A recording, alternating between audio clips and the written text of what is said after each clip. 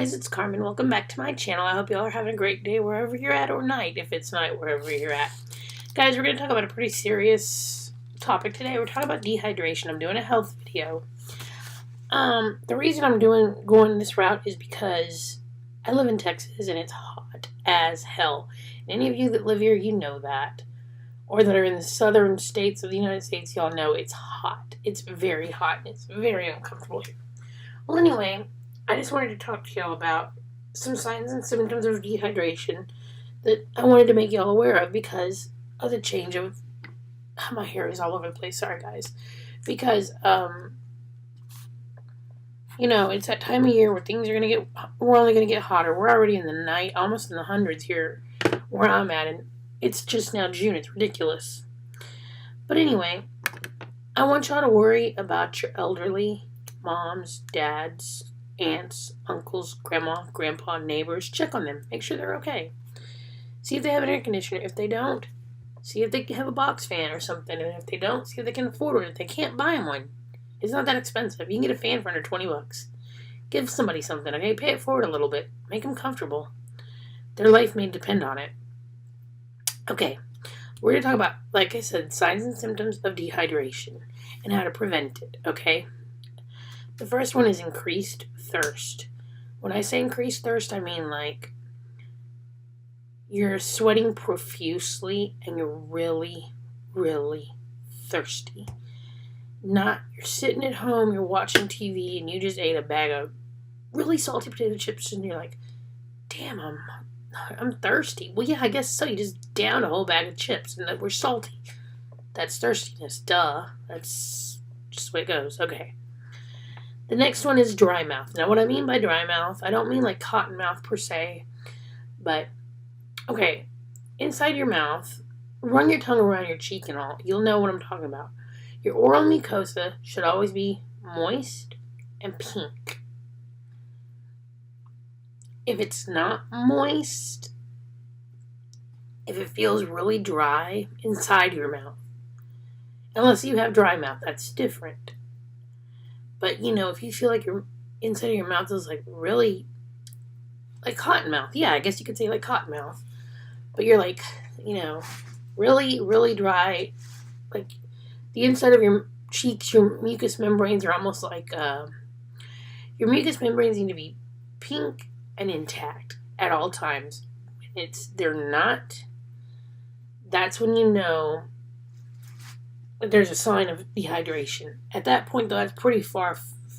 You're pretty far into dehydration levels, but still, just monitor the mucous membranes, okay? Tired or sleepy. What I mean by that is whatever your baseline is for tired and sleepy. If you're a type of person that is generally sleepy, or not generally sleepy, but like me, I'm sleepy because I haven't slept in the past couple days from being sick. What I mean is lethargic. You're groggy. You don't do anything. You're just kind of dragging ass. For lack of better terms, you're dragging. You don't want to do. Out of the norm for you. Not what's out of the norm for Susie Q, but what's out of the norm for your body, which you know is different. The next thing is decreased urine output. Now, what I mean by decreased urine output is, okay, you go to the bathroom and you really, really pee, and that's normal for you. But dehydration, it's almost like you're squeezing. For those women, it's like we're kegling, doing our kegels to go to the bathroom, and nothing is coming out. And for men, they're pushing and pushing and pushing. They're like, well, what the hell? Did somebody put a cork in me? No. Okay, that's what decreased urine output is. Okay, that goes to the next one. Low urine volume. Okay, now the next thing is the color. Monitor your color. If it's more yellowish than normal, now what I mean by that is, okay, normal urine, if you are properly hydrated, should be clear to a mild, like, color yellow, like chicken broth. A light chicken broth. Okay. What I'm looking for something over here, I'm sorry, that might kind of show you darkened urine. I don't have anything. Now what I mean by more yellowy than them. Okay, dark brown, for instance, that's a big sign. But you should catch it way before it ever goes fat stage. I'm talking about not neon yellow either, because sometimes pills and medications can do that. I'm talking getting to like a dark amber color, like, not normal. Headache, not sinus headache, but like an actual headache.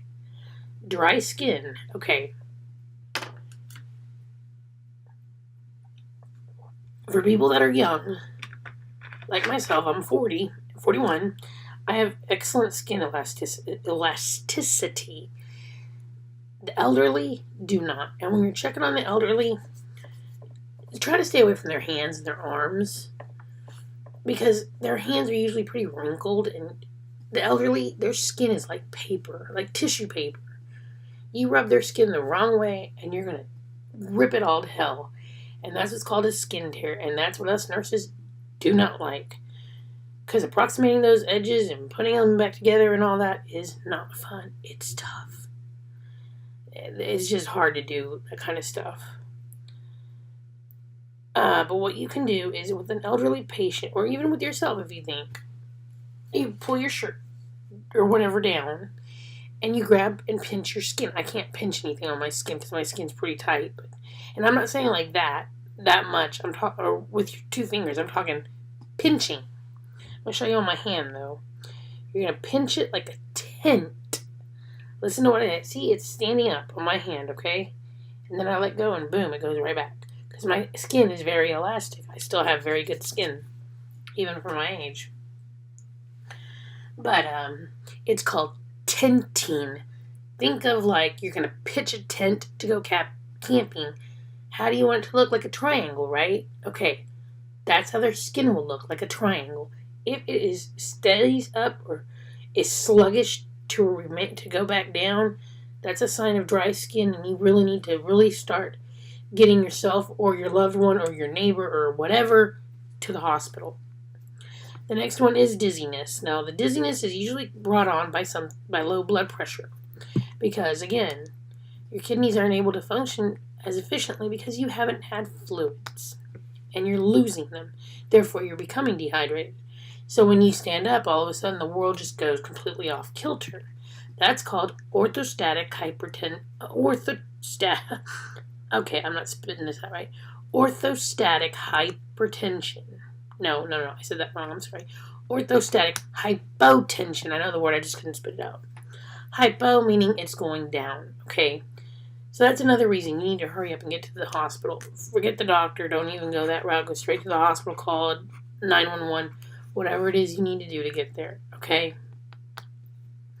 Some of the causes of dehydration can be fever, heat exposure, too much exercise. Well, what I mean by too much exercise is, I'm going to go out to the gym today and I'm going to go pump some iron. Yeah, okay, and here you are pumping iron. You're going and going and going, and you're really doing good. And you're like, you know what, I can do a couple more reps. Okay, a couple more reps. No big deal. And you're like, man, I feel like Rocky Balboa. I think I'll just do another hour. No.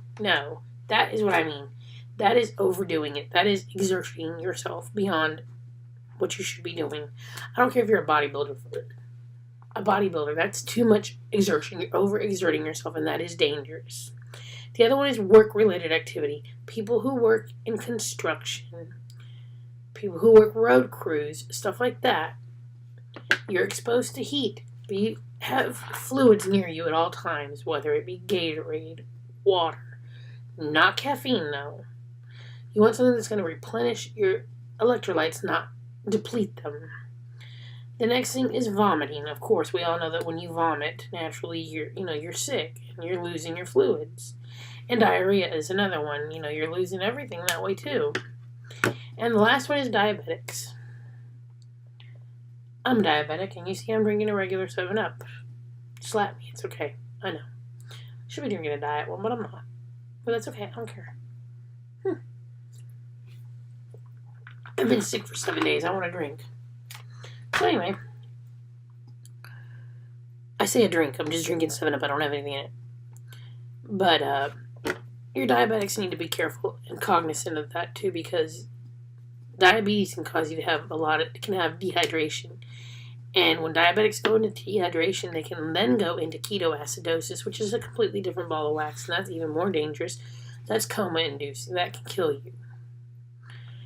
The next one is tests when you get to the emergency that they will run. Generally, they're 2 blood tests, but of course it depends on the doctor and the severity of your symptoms when you get there. And that's a liver function panel and a CBC, which is a complete blood count. Again, I should have said this disclaimer in the beginning, and that's my fault. Remember, I am a nurse. I'm not a doctor. I cannot diagnose you. I will not diagnose you. So that is my disclaimer. I'm just telling you some things that I want you to look into, okay? The liver function panel is going to kind of tell them where you're at, what's going on in there. The CBC is going to give them the BUN and creatinine, which is your blood urea and nitrogen, and your creatinine, which is basically your kidney function, how your kidneys are functioning, if they're dealing with everything okay, which they probably aren't, which in turn means they have to give you fluids. And then when they give you fluids, then they need to find out what kind of fluids to give you. Sorry guys, I got a text from my son. And that's when they need to give you fluids, and they start telling you, what kind of fluids. That determines what fluids they're going to give you. Are they going to give you lactated ringers? Are they going to give you normal saline? Are they going to give you glucose and saline? There's all kinds of different IV fluids that they can give, and it all depends. Generally, we normally just give normal saline, but sometimes with some people we can give lactated ringers, and sometimes we can give glucose. But it just depends. So please, watch your neighbors, especially if they're elderly. Watch your kids. Watch your moms, dads, uncles, aunts, whatever. You get my point. But most of all, watch yourself, okay, guys? Take care till the next video. And please, love each other and pay it forward, alright, guys? Make the world a little bit happier for somebody else. I mean, it's always nice, even if you can't say anything nice to somebody, just offer them a smile. Do something. Make somebody's day. I mean, anything you can do is awesome, okay? Love you guys. Besos.